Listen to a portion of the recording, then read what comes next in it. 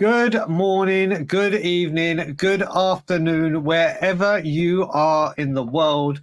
Welcome to Wednesday's edition of Evening Brews. Today I am joined by a member of the channel who has been very, very busy, but he's managed to find time with us for us. Amir, my brother, Aki, how are you? I'm doing really well, Dagul. I'm doing well. How you doing, my friend? Everything all right? All good, mate. The countdown is to mine and Ray's birthday. Ray the Yid, who I can see is in the chat. It's our birthday on Saturday and my anniversary. Nice. Mate, I tell you what, the weather here, I don't mean to rub salt into people at home. My God, we're in the mid-30s today. I went out because I had to go get a vape. I was roasting. But let's get into Evening Brews.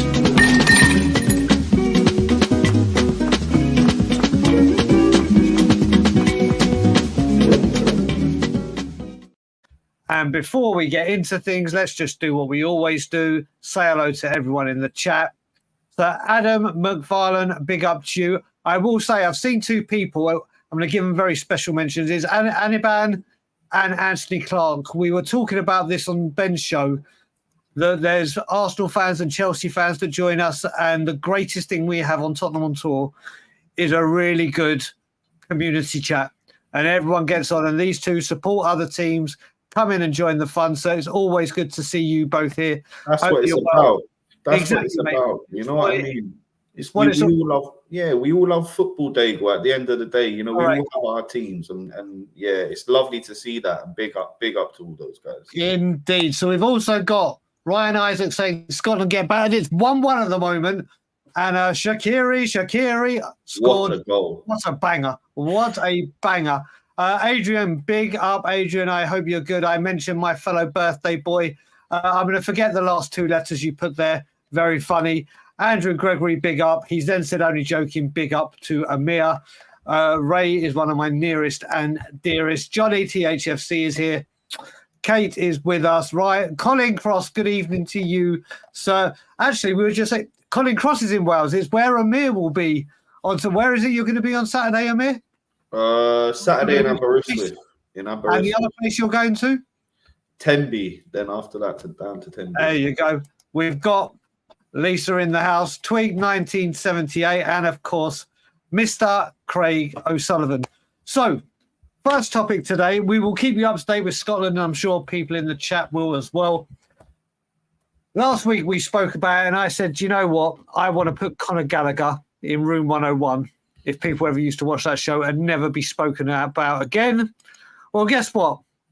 Some more BS has come up once again, and I'm just going to share it. I'm so sick and tired of it.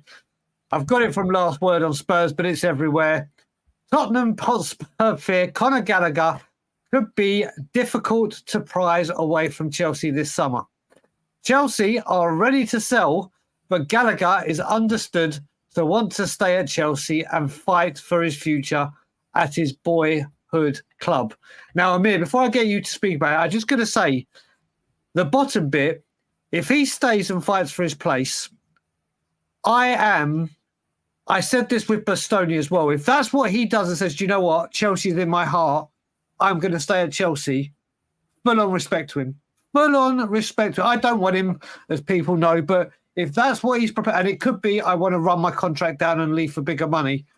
But I don't want him. And I am so bored of talking about this. But the story, it's been a slow news day. I mean, we haven't spoke for a while, like on stream. Where are you with Mr. Conor Gallagher? I'm not really interested. I'm bored of it. It's been dragging on for ages. He's a Chelsea boy. He's a Chelsea supporter. I think that him wanting to stay there is the most logical thing to do. So, we should be focusing on targets. And I want to be very specific here. We need to be focusing on targets that come and challenge our first 11 without any shadow of a doubt. Like the player that we're bringing in is coming to challenge for a place to start. Simple as that. Anything less than that is not good enough for me. Simply not good enough. So it's getting, obviously the price is still staying at 50 million. I don't think he's 50 million. No. If Spurs got him for 30 million, I might be a little bit more warmer to you. I still don't want him, but this story, I mean, someone is in this building alongside Ryan, and that would be Mr. Craig O'Sullivan, who does like Conor Gallagher and thinks he does bring some. And I can understand the attributes he brings and everything he does. But surely after a year, it's coming up to a year, isn't it? It was last summer that this all started with the courtship, as you want to call it, or wanting of him, whether it's media. This story, how bored of it are you?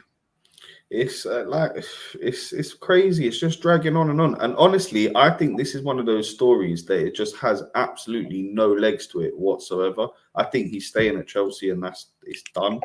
I really do. I don't think there's anything in this one.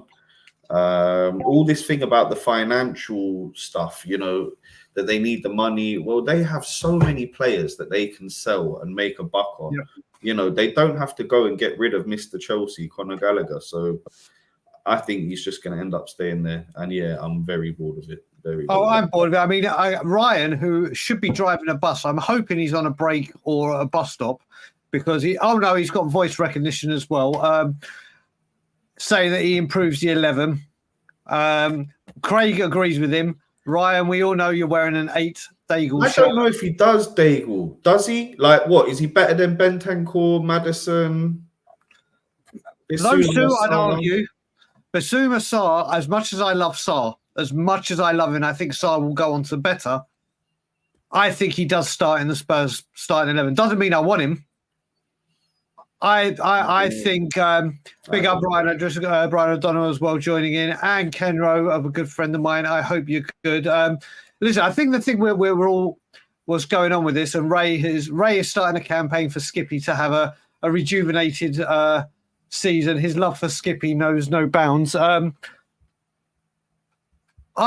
we got to remember, and this is the thing that I think where the whole thing breaks down, whether we think he makes Tottenham better, whether we think he's worth the money, whether we think he's coming, I don't think Conor Gallagher has any liking or want or desire to join Tottenham Hotspur. Do you? No, none whatsoever.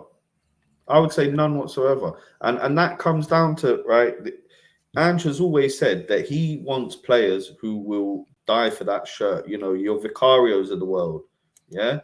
So if that's the case, you need to find those players. So I don't want to hear any more of this Conor Gallagher stuff.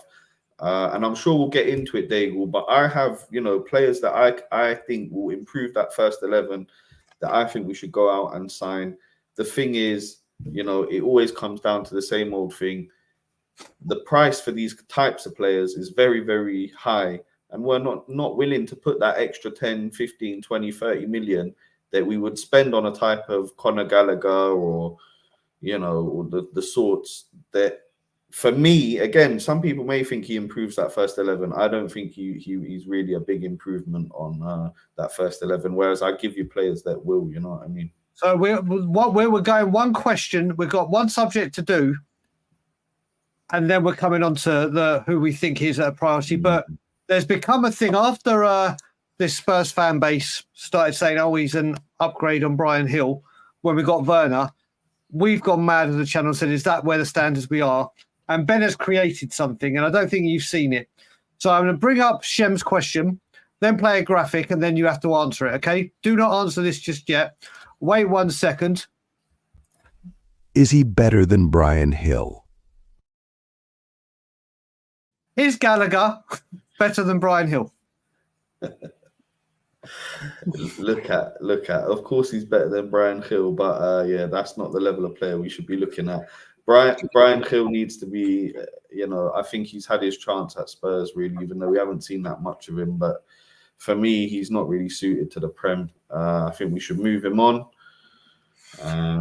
Yeah. Damn right. Before we get on to the next question, next subject, there's someone in here that this news transcends everything, and he's mentioned it, so I know it won't be a problem. He mentioned it again. Angus McDowell, evening to you, sir. First of all, thank you. You are watching your beloved Scotland whilst watching us now. For people that haven't watched Dan's show or Ben's show earlier on today, we talked about the football rivalry and how this chat is so incredible and brilliant to each other. Well, Angus revealed news on Dan's stream, which transcends any football rivalry or anything. I've been in this position. His dad got the all clear from cancer today. Amazing. So everyone that is in the chat, send Angus, because I'm sure he'll show this to his dad. Just say, congratulations, Angus. That's lovely news. Exactly. It beats anything. It beats anything. And when it comes to things like this, rivalries hold nothing. And that news to me when I saw that. So everyone, if you are here, Angus is watching his beloved Scotland. Hopefully they'll get a win today to make the day complete, because the news you got today, mate, is the best news that anyone could ever wish for at any point. And you've got people, Angus, you can probably see it. You've got great I love this chat. I love the Tottenham on Tour community. I am going to give you because everyone right now, thank you guys. It's I love this community we've created here at Tottenham on Tour. But Angus, like I said, I hope you show it to your dad. Fantastic news. Many more years of full health. But the next story we're gonna tackle is obviously I want to talk about it, because obviously we had it last week where it wasn't such a big name player for the first team, and Dave's in the building. So big up, Dave. I will say, obviously, Will Lancashire, or Lancashire, however you pronounce his surname, my apologies. The rumours that he might be going to Middlesbrough blew up so quickly. Forget the fake rumours or the real rumours that gather pace. This went so mad that people like Alistair Gold and others and Paul O'Keefe had to come out and say Spurs are not in any... And obviously everyone woke up, or I don't know what time it broke. I woke up in the morning to the news that we're going for McKenna again. Was the rumour. And obviously, as you know, Spurs Twitter, I've said I'm not falling for it this year. But the thing is, I can see why it happened, because it might be Gallagher. We've wanted McKenna. McKenna's cheaper. Let's say McKenna's coming to Tottenham. Spurs Twitter goes absolutely mad. But again, it came out where Alistair Gold came out and said, utter nonsense, the club. But why and how are these rumours getting so much traction? It's a good question, Dagul. It's a very good question. I think when it comes down to rumours, right, it comes down to whether these rumours are substantiated in anything. I think a lot of the time, like you said, these kind of stories get regurgitated again and again from certain sources and certain reporters. So for me, until I hear that there's something serious and there's contact between clubs and people are talking, I'm not really interested, to be quite honest with you. So the whole Weston McKennie thing, yeah, I'm not really interested. Not really. I can see people. What do people actually think of the player McKennie? Because when he went to Leeds, not interested. There was big talk that he'd do well. Obviously, it didn't work well at Leeds, and you can't gauge it by playing a different system. But I never saw the fascination with him. No, he's had a few good seasons in Italy, and players around him make him look a bit better. Than he is. I just don't think he's of the level required. And again, if you buy a Weston McKennie, does he get improved that midfield? I don't think he's better than 4, maybe even 5 of our midfielders. So the answer is no. Yeah, I just can't. But the thing is, and I will say it, I've decided this summer I am taking a complete step back, unless it's from Fabrizio or something where there is some genuine. Like if he had said Spurs open talks or Spurs have shown it, then it's time to brace for impact.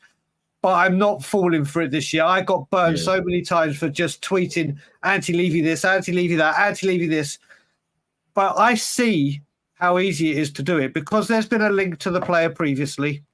Because it's a midfield position that we're saying we need a 6, which we do. People put 2 and 2 together and are making them up. Lisa, I was like you, darling. I wasn't so keen on him before Leeds. I was like, let's see what he can do in the Premier League. And obviously it wasn't much, but I can see where these links materialise. But then you start thinking how stupid it is. We can't get deals done at the moment whilst people are at the Euros. So how is it going to happen when he's at the Copa America with the USA? This story was an absolute non-starter. And Zach, my man, I haven't seen you for a few days, buddy. I hope you're good. And I am completely with Zach. What about you, Amir? Yeah, 100%, 100%. Honestly, Dagul, half the things that are published is just all nonsense. Honestly, a lot of it is to do with our club when you hear these rumours. But if you go even deeper into the football rumour mill and you go into other teams and you hear some of the things, some of them are laughable. Do you know what I mean? So you may as well not waste your time. Wait till you hear things from reliable sources, and then you can start to get a little bit excited. And when you hear that there's actual contact between between certain clubs or certain agents, then you can start to, like you said, get a little bit excited and think, okay, someone's coming in. Anyone getting excited about an Eze at the moment, that's premature. Do you know what I mean? There's nothing in the whole Eze thing at the moment, even though he's a player I'd love to see at Tottenham Hotspur. But at the moment, nothing in that. So basically, do you know, I have to say, Jazz Fusion, big up, haven't seen you for a while as well. Hope you're well. Whenever I hear that word, I say it in my head with a really bad American accent. A really bad American accent, but it is fake news. It really, really is. And you know what it is? When it comes to silly season with transfers, sometimes you'll get into a rabbit hole on YouTube watching shorts or you'll watch something recommended by Amazon or other ones, and this is what the transfer window does to you. If you start diving in, you'll end somewhere. It's endless. Completely ridiculous. But we're going to go on now to the subject that you wanted to discuss, which is obviously vital positions for us. Now, you mentioned Eze, so I am going to bring up just quickly. Obviously, I think Craig O'Sullivan sent it to me with Eze and Elise, because obviously when we're talking vital people, Eze is obviously of high interest to, I would say, a large percentage of Spurs fans. And just very quickly, big up to Tom and my brother, Terry Wright. I hope you are good, my man. But there's been a piece come out today and obviously saying that Chelsea are going to steamroll ahead. I'm not, don't take these words I'm saying legitimately, but the report basically says Chelsea are ready to progress with Elise. Elise is obviously not on international duty, so might be on holiday, but that deal can get done. And we had this discussion before about, and Alistair Gold brought it up, that if Elise goes to Chelsea before we act on Eze, don't get me wrong, Eze has a release fee. If Tottenham hit that release fee, Eze's Palace cannot do anything. But if they get rid, let's just say Elise goes next week to Chelsea, and this is all coulda, woulda, shouldas. If Palace turn around and say to Eze, right, listen, we know you've got a release fee, but we've just lost Elise. Sign a new contract. We'll keep the release fee in, but we're going to bump your wages up to X. But just give us 1 year so we can. Do you think? I think that could be a big problem. I think Eze might turn around and say, "Do you know what, Palace? You've been good to me the whole time. I'll take that, but I want it that the fee remains the same, 60 million." No, I think it could be a big problem if Eze goes to Chelsea first. What do you reckon? And the chat. So first of all, I think it could definitely be an issue, right?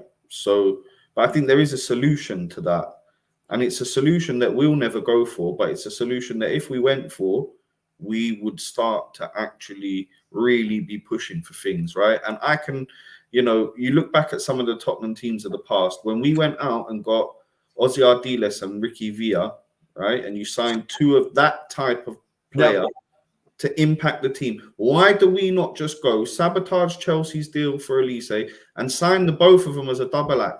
Put down the money that's needed, whether that be 110, 120 or even 130 million pound, whatever it may be for the both of them, and get them both in. Because personally, as much as I like Eze as a footballer, I think Elise is better.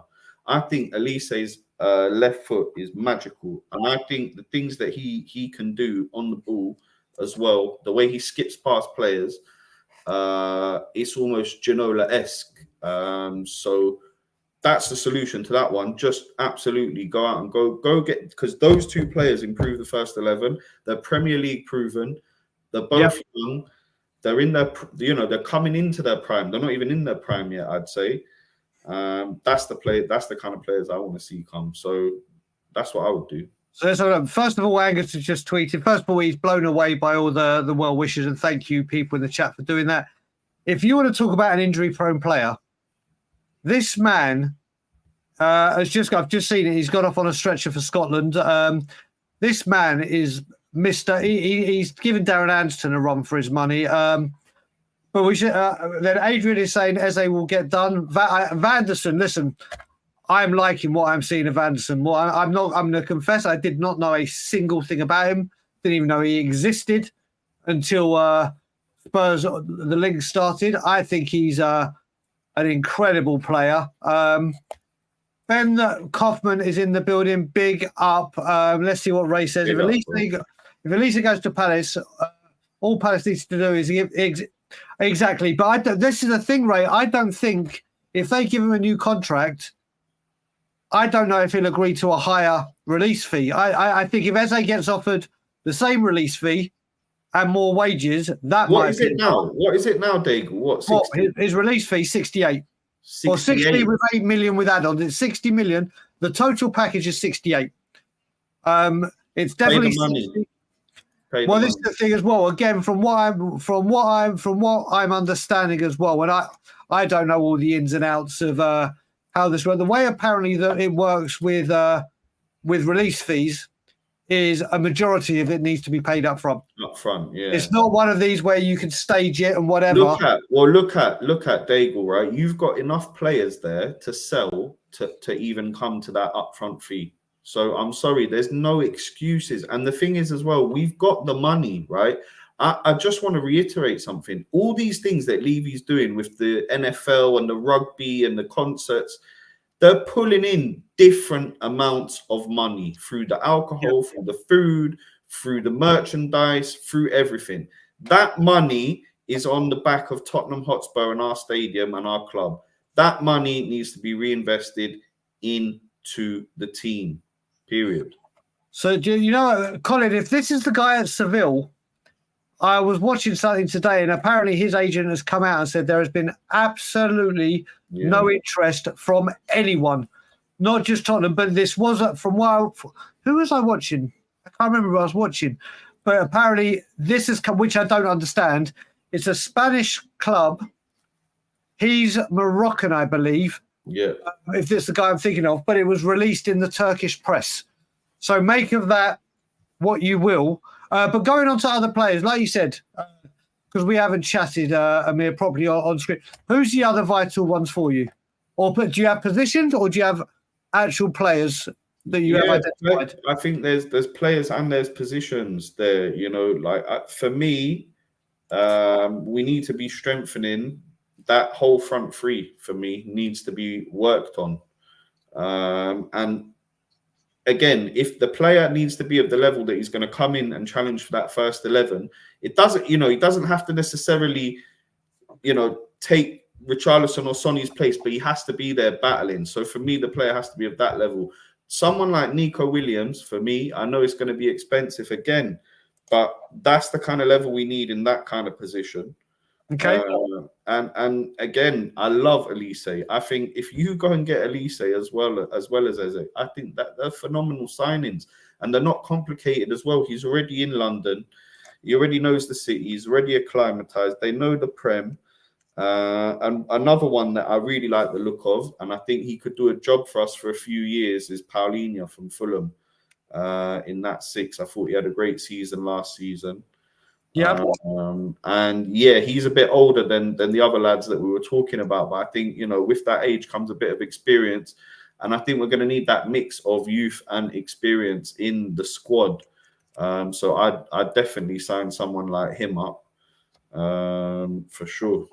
Just to say, Zach, not Jack. Zach, I've seen your question and started. We deal with that. We'll do it at the end. But if anyone, I've just put this in, anyone has any questions for me or Amir, you got 3 ways of doing it. 1, Q dash, so we know, or at Tottenham on Tour, so they're easier for us to see. And if you do want a question, and you do want to put it in via a super chat, please feel free to do so. You're under absolutely no obligation to do so. We're just enjoying right now, chilling with you more regularly than we've all ever been, and having the consistency and building up the community. So either way of these two, you'll have a question answered. But if you do want to send in a super chat, thank you very much. If you don't, absolutely no drama whatsoever. So what other positions are you going for, Amir? Look, apart from that, I do think I am of the persuasion that we do need a striker. Yes, we have Richie, and yes, we have, some players coming through there, and yes, there's Mikey Moore there.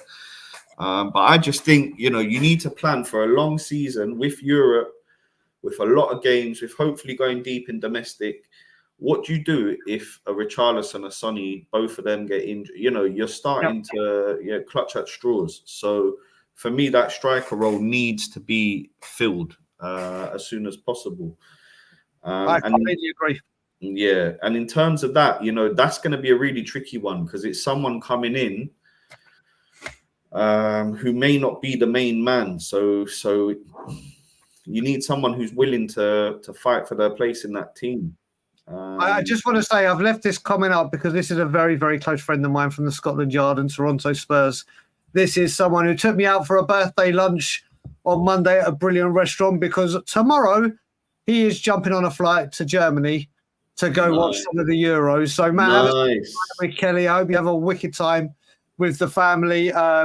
This man is a top man. Love this man to death. But yeah, so next, what have we got? Yeah, let's go on to the next one, and then we're going to have a bit of fun with the nostalgia. Obviously, England play tomorrow. And I spoke about this on Dan's show, and obviously, I don't know what people think with Phil Foden. I know he came in for a bit of a grilling from the fan base. He was the player that people said, "Oh my God, he looked out of place." But to tell you the truth, he looked completely out of place because he's not a left wing. It reminds me, trying to get him in at left wing reminded me of Scholes, Lampard, Gerrard, and we had to try and fit all three in, and we put Scholes on the left. Not saying that Bellingham and these players are at that level just yet, but I think they will. My man who's on this side of the pond is here. James, I hope you're good, brother. Always good to see you, my man. I hope you're enjoying being in Florida. I don't know when you're home, but enjoy this boiling hot weather. It's ridiculously hot here, and I'm loving it. England seem to... I honestly think... The question I want to ask you, Amir, is I think the way we get around it, and this is for people in the chat as well, I think the way England get around it is I think Bellingham could do better at an 8. Trent goes out the team or goes to right back and drop. But for me, the midfield should be 6 Rice, 8 Bellingham, 10 Foden, and on the left wing, Anthony Gordon. And then the question, I'm going to ask you what you reckon your formation would be. But the main question I'm trying to get at is, we do this with Tottenham when we must push Sonny central. We then have to get a guy that can't get the left wing position. So I don't know. Would you rather, basically, it's a would you rather? Would you rather you have Phil Foden playing on the left because he's a better player than Gordon, but he has a poor performance like he did, or you play a left winger that is much better in that left wing position, the way England want him to play it? And for me, if it was a choice of Foden 10, Gordon on the left wing compared to what started on what we did on Sunday, I'm picking that every single time. I don't know where you and the chat are with that. Where are you with the England lineup? Well, I tell you what, I do something completely different to even what you're saying there. For me, you need a plan A and you need a plan B. My plan A would be to go all out attack with the players that we have at hand in England's squad. I think going forward is way more our forte than defending, to be honest. So we need to utilize that. I would go with Kane and Palmer up top. Gordon, Palmer? Yes, okay. Palmer. Okay, yes. Okay. Palmer up top, Gordon on the left, Saka on the right, and then Bellingham and Rice in the middle. And Foden, he will be there for a plan B if something's not working, you can slip him on. You can go to a 5 in the midfield. You can adjust things there. And he's a player that can really impact the game. He's one of the only ones alongside Eze and maybe Wharton that can come on and really affect a game and do something special. So for me, that's what I would do. And I'd just go all out attack. You've got all these players that are so good going forward. And watching that Serbia game, although we won, and that was great, but the football itself and the lack of creating chances was just driving me absolutely crazy. So for me, that's what you got to do. Go all out attack. Let's see what the chat says. So first of all, Lisa, darling, I had an early birthday lunch with Matt on Monday because he's away as of tomorrow, but my actual birthday and anniversary is Saturday, June the 22nd. And if he's still in the chat, it's Ray the Yid's birthday on the 22nd. So everyone wishing him a happy birthday for Saturday. Ben is in the chat saying some meaty challenges. I hope, Colin, I really hope you're wrong. And I mean that in the nicest way, because I think England did not look right with Foden on the left. And do you know what? Foden on the left. They didn't create anything. Well, the thing is as well, Amir, I don't know if it's been a development. I haven't watched any Sky Sports News and checked England out this evening. But when I watched Sky Sports News this morning, when I woke up, they were talking about the England trade in the morning, and Luke Shaw did not train. So we've taken a left back out there for some unknown reason that isn't fit, that has hardly played. Yeah, it's not been the best start, has it, Peter? But I think not having a left footer alongside him also killed him, Amir. Definitely. And look, this whole too many defensive players on the pitch at one time. I'm sorry, right? That game against Serbia, with all due respect to Serbia, who are a decent outfit, I'm not going to lie, they've got some fantastic players there, right? But you're not playing prime Brazil, France, Argentina with Messi there. So why not just play more attacking players and go all out for the win? When you're already 1-0 ahead, why not try and create chances for Kane, for Bellingham? I couldn't understand what we were doing after the 15th minute. Couldn't understand. Yeah. I mean, I listen. I'm a lover. I love Trent Alexander football. Trent Alexander football.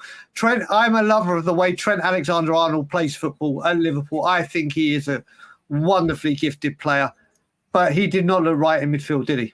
In the second, or no one did in the second half. But I don't think. Yeah, exactly, Colin. I mean, Colin, you say that. I said this morning as well. If we had Ryan Giggs, if he had chosen England, or if we had Gareth Bale, England at least would have won a Euros or a World by now. It didn't happen, but it's always seemed, and this is what I was saying, people add to the chat if you can think of any above me, what we were thinking yesterday. You look at the left wing, and I'm going back as far as Italia 90, because that's the first tournament I can properly remember. And people were moaning back then about John Barnes at left wing. I think the only successful, and I mean really successful for England, the left wingers in my time that have played there has been Joe Cole and Steve McManaman. I can't think of another left winger that has played regularly at left wing for England. Big up, Vindaloo. Can anyone? I mean, yeah, but this is the thing. Chris Waddle, definitely, but I'm going Italian 90 onwards, Craig, and I think that was just the end of him. But you're right, Chris Waddle is a guy I adored. But I can't. Can you think of anyone? Can the chat think of anyone on the left? I mean, we were blessed at one point. We had Beckham and Anderton, the two best right footers in England by far at the time. It's been a problem for England. That left wing position seems to be a midfielder that we can't get into the midfield, so we just isolate him on the left. Yeah. It's been a long-term issue. I guess players like McManaman and, they don't come about a lot. You look at your likes of the Gareth Bales, you left wing wizards, are hard to come by.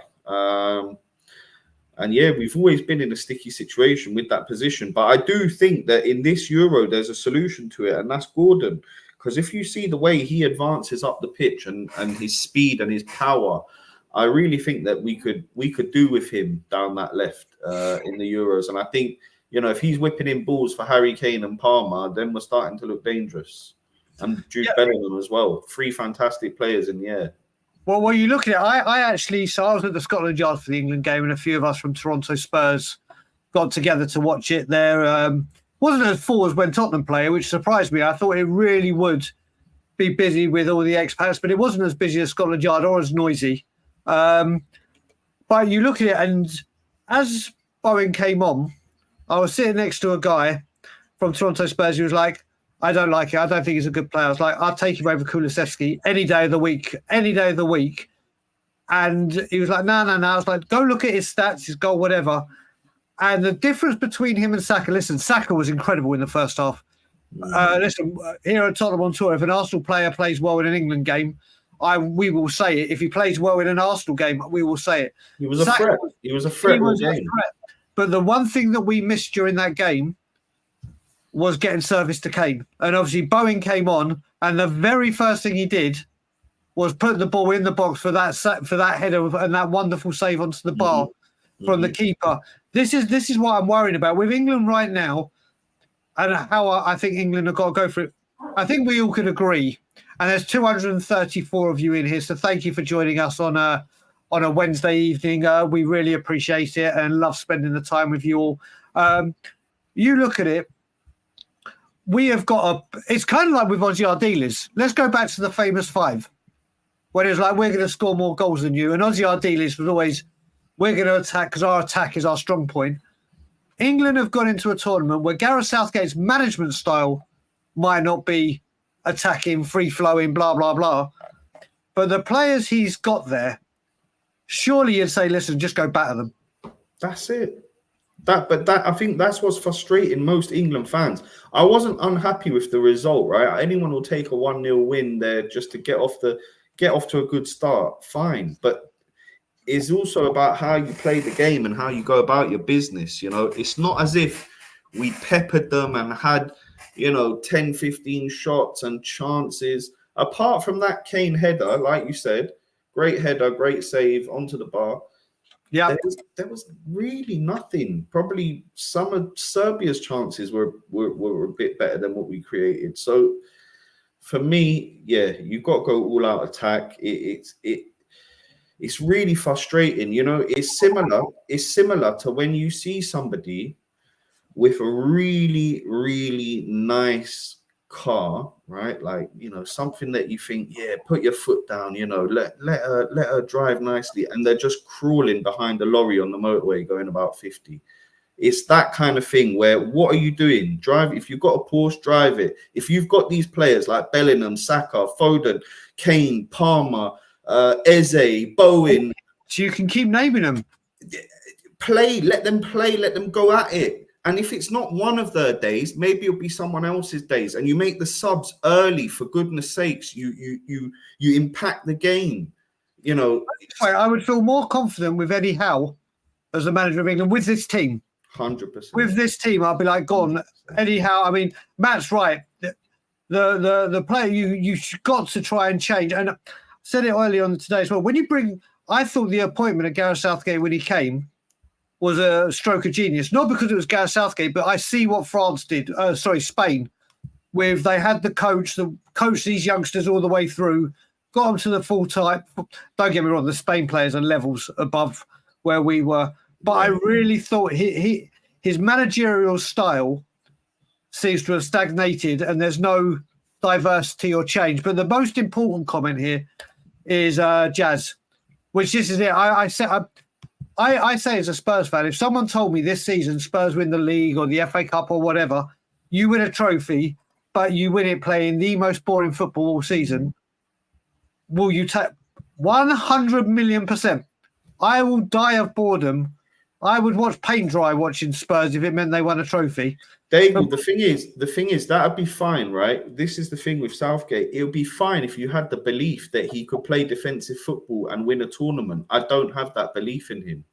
I don't have the belief that he's even that good of a defensive manager to shore up our defense and go and win a tournament that way, the way Greece did. I just can't see it. I can't see it. In the way we played against Serbia, there was no quick, moving the ball fast, great link-up play, creation of chances. There was just nothing. There was really nothing apart from that goal, really, and the Kane header. Well, do you know what? Before we do the questions, which we do at the end, we're going to have a bit of nostalgia time because the chat loved it and I loved it yesterday with Dave, where we were talking about strikers that didn't play for Spurs, who you think back in the day. Now, the question what players, and it doesn't have to be just Tottenham, arrived at a football club that you loved and made a huge impact to you? And I'll start this off, and I hate to say this. Wait a minute, Switzerland have just had a goal disallowed. Angus, hold your breath. It looks like, it's been disallowed. But I hate what I'm about to say. I'm going to say Patrick Vieira. Oh, no. I will have this argument with people. I think Patrick Vieira was better than Roy Keane. Oh, no. Don't do that. No. Don't do that, Dagul. Don't do that. Honestly, Vieira came in at 3.75 million. No one had a clue who this guy was.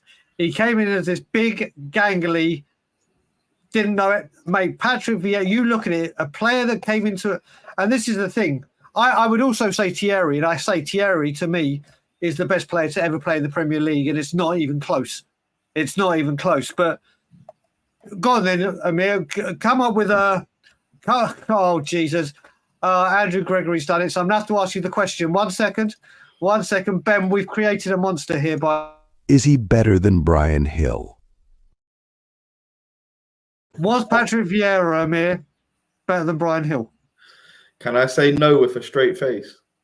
You can try. I don't think you can. But there's got to be some other play. See, Colin Cross has just... That's a phenomenal one, Colin. That's a phenomenal one. That is one that came in. Another one from Ray. See, I love these ones. Ray the Yid. I love Tim Cahill. This guy had one of the best leaps in the world. In the air. His head game was better than pretty much anyone I can think of. It was incredible. We got Ronaldo, but you know what? I think VVD. So which one are we talking about? VVD.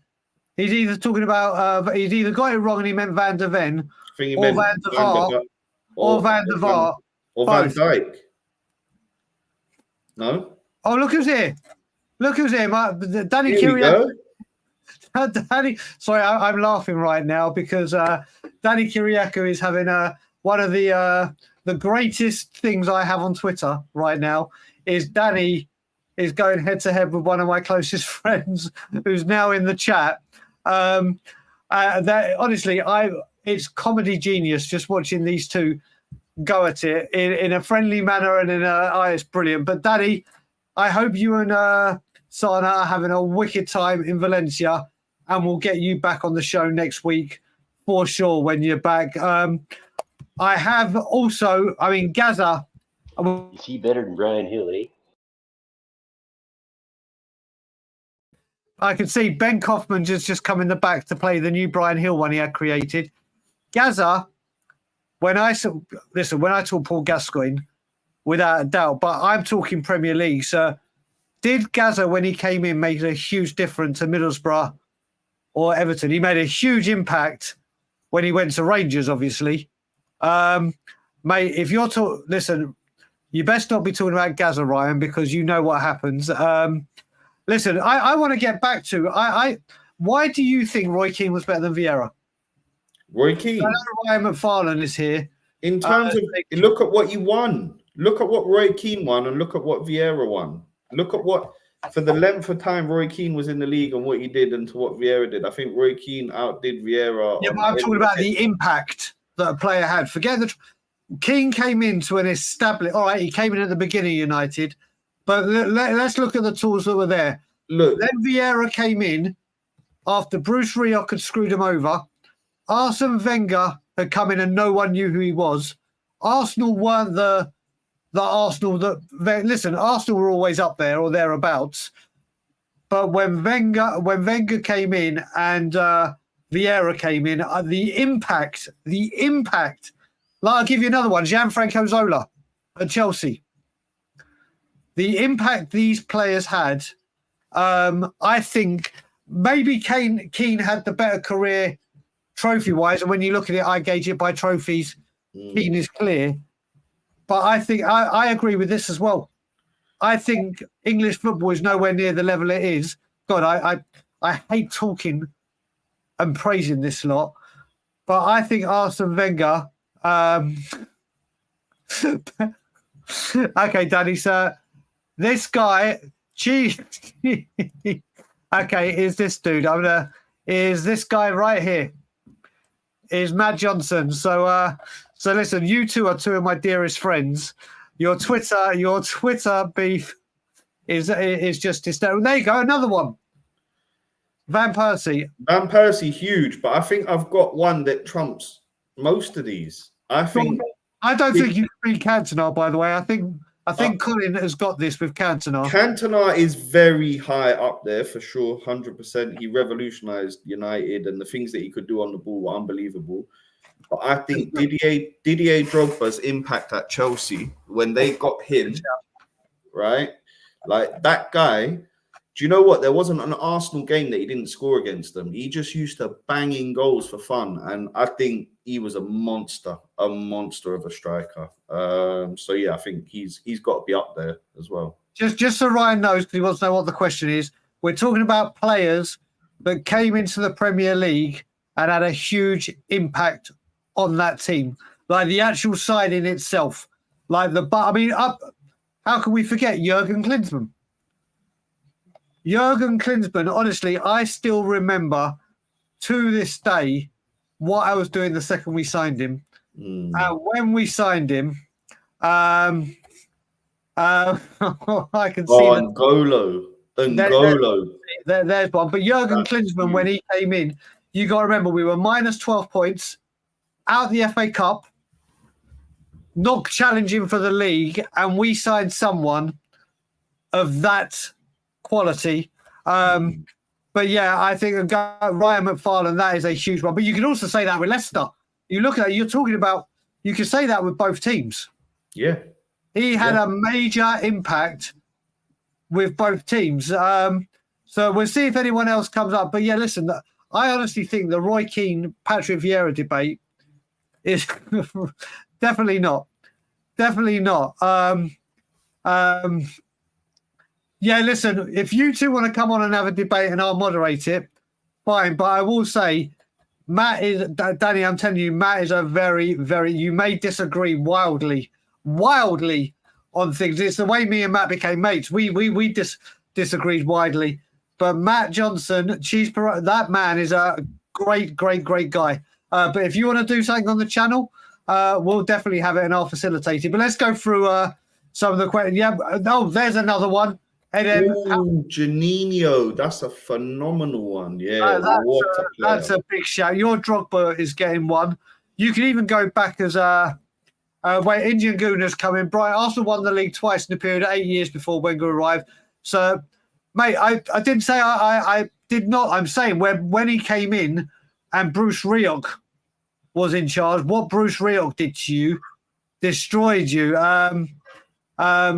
But then when Wenger came in, listen, for me, Wenger has a lot to do with why English football is where it is. When he came in with the science, the mentality, the physician, he took English football to another level. But let's go through some of the questions we got here. So, Zach, who do you think is next out the door and first in? First out the door, probably your best mate, Brian Hill. I think he's gone. Okay. And in, listen, is that a realistically who's coming in or who do I want? Let's go. Oh, there's another one. He was a baller. He was a baller. I loved Mustafa Hadji. He was quality. Oh, do you know what? Mr. M said this yesterday as well when we had this discussion yesterday. So as we said, who's you reckon's first in? I would love it to be Eze, but I can't. I wish I could say I could see it happening, but I can't really see it happening. You know, you're probably more likely to get someone a few levels below that. Who have we been linked with that has been, you know? Everyone. We have been linked with everyone. It's crazy, isn't it? It's crazy. But I don't know. I just, let's just say Eze and live in hope. Okay, so we've got Eze and Emerson out. We've got let's have a look. We've got Pat thinking back. Yeah, listen, I actually think the first one out the door is Jed Spence. I think Jed Spence is the first one out the door. They want him in Italy, don't they? They want him big time in Italy. Yeah. And the person I think is one of two, and I'll be happy with either. It's either Eze, and if we've got to get stuff done by the 30th, you got to remember, we look at that now, we're 11 days away. 11 days away from the 30th. I wouldn't be surprised if Morgan Gibbs-White heats up. I wouldn't be surprised. Or the defender, what's his name, Murillo.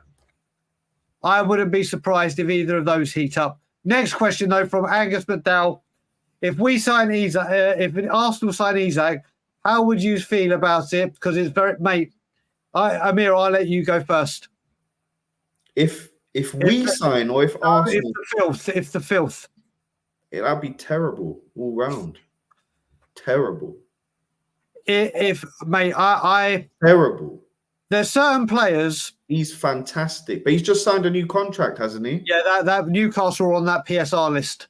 So maybe Bruno. Maybe they need to get rid of players. I'm sure they'll do everything in their power to make sure it's not him. What I'll say is Arsenal's thing that they missed last season, if they had an Isak type character or Isak himself, I think they would have won the league.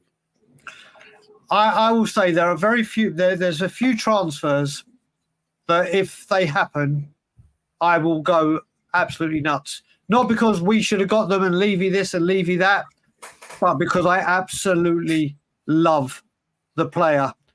And at the top of the list is if this man goes to this club.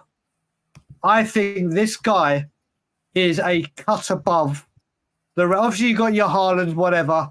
I can't put into words just how much I rate this player and adore this player. I think he is such a great guy to watch. We just got a couple of questions to do, so we'll get through them. So, after Dragon's performance, do you think Levy might sell Kuti? No. I think next season, if we don't win anything, the links get a lot further, a lot down the line. We've got two more questions to do. One from my man, Ray the Yid. Who will we get with this 100 million war chest? I just hope Eze's one of them. Eze, to me, has to be one of them. What about you, Amir? Yeah, I'd add another 20 million onto that, and I'd get Eze and Elise. Honestly, I think, I can just see the two players that they have the link-up play with themselves as well. So when they're coming into the team, they're bringing that cohesion as well. I think you get those two players, you're truly competing for domestic trophies. You're going all out for it. There you go. And we've got one more question. So let's just have a look at the final question. Then we do need to wrap up because I've got something to do. Do you think Levy will bid for Gallagher, or wait till his contract runs out? Amir? I don't think he'll bid for him, no. I don't think he'll bid for Gallagher. Yeah, I don't. I think so. So, even if his contract runs down, he's not even going to come to Tottenham. No, I don't think anyone. I don't think Gallagher wants to come to Spurs. I think We Are Tottenham TV did a thing last week where they showed the players that are on higher wages than Conor Gallagher, a homegrown talent. They're captain for most of the season because of what's their right back? I keep forgetting. There's always James.